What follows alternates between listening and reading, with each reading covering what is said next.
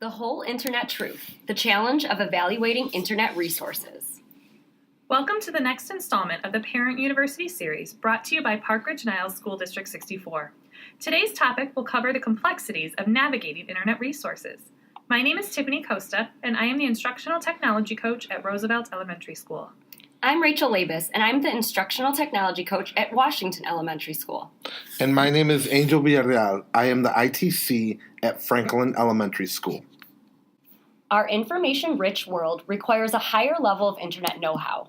Unlike much of what we hear on news broadcasts and what we read in newspapers, most of the content that is published on the internet is not regulated for credibility and reliability. Since almost anyone can publish anything they want on the internet, it is important to learn how to assess resources effectively and how to protect yourself from those who are seeking to gain information from you.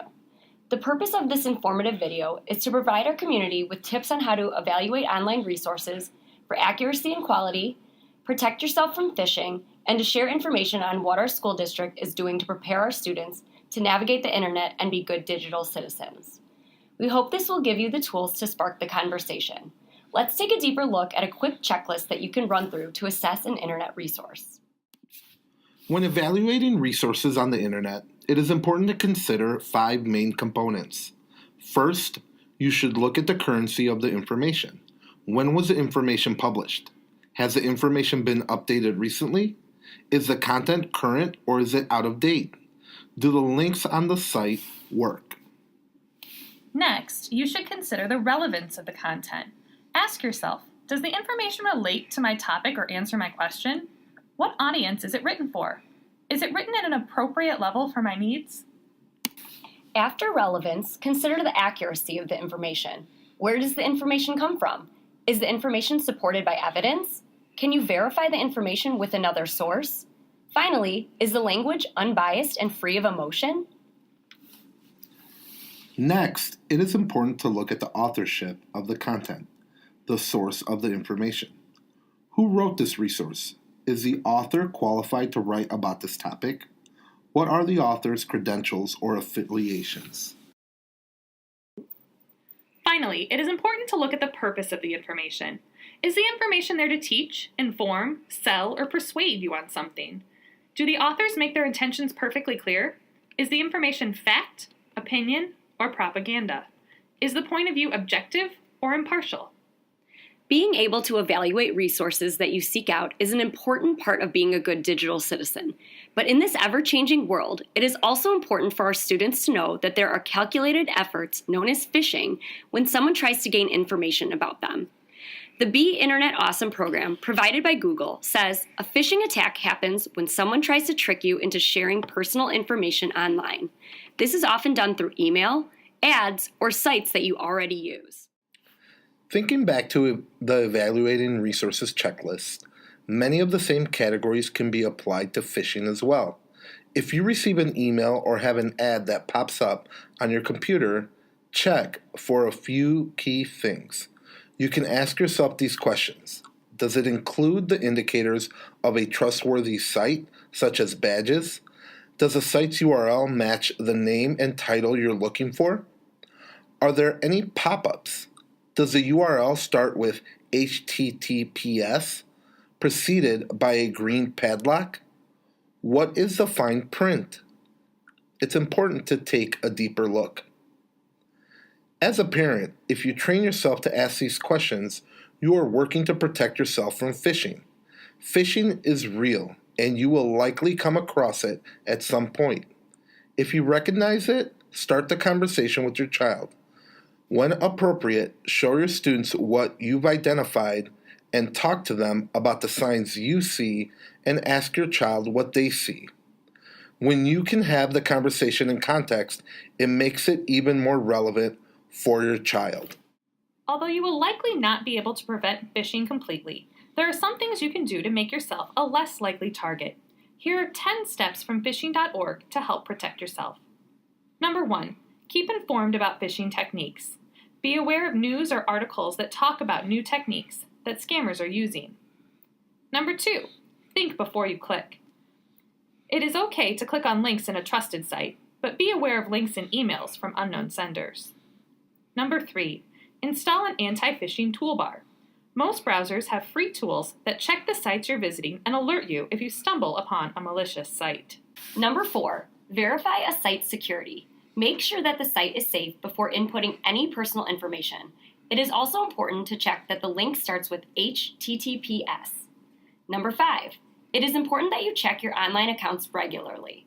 It is also helpful to change your passwords on a regular basis. Number 6, keep your browser up to date. Download and install updates as soon as they become available. Number 7, use firewalls. Keep them in place to help protect you and your computer. Number 8, be wary of pop-ups. Most browsers have tools to help with this, so make sure your tools are up to date. Number 9, never give out personal information. Number 10, use antivirus software. Make sure that it is up to date. At District 64, we believe that digital citizenship is an ongoing conversation that should happen appropriately at school and at home. Seeing how quickly technology changes, it is vital to keep the conversation going. Although we have a set digital citizenship curriculum, we encourage our students, teachers, and community to have open conversations about relevant and current topics in addition to our curriculum. Part of our role as educators in District 64 is to prepare our students to be safe, responsible, and successful. With the increase of technology in our society and in our classrooms, digital citizenship has become a necessary part of the curriculum.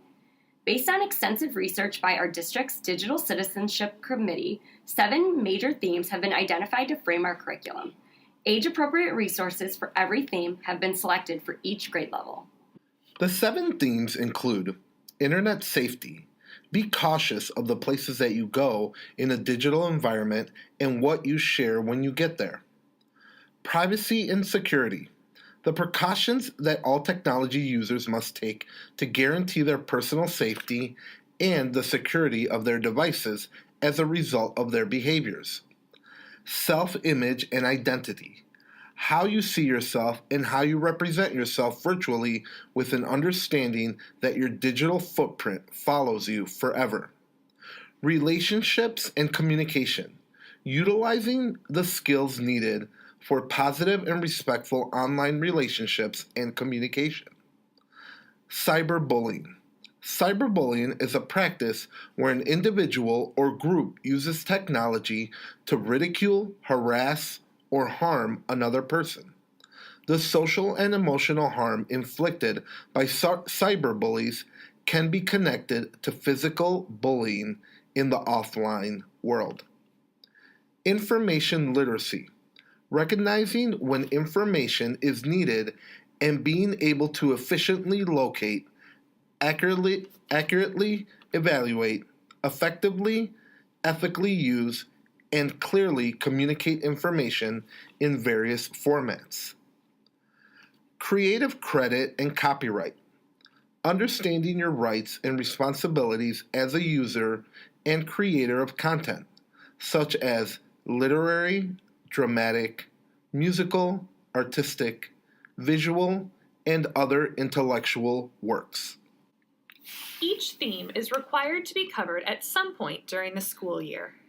There are many resources out there, specifically designed for parents, that focus on how to have conversations with your children about digital citizenship. We have listed some of our favorites here. The most important thing is to start having or continue having conversations with your children on a regular basis about digital citizenship. Thanks for tuning into our latest installment of the District 64 Parent University series on evaluating internet resources, phishing, and digital citizenship.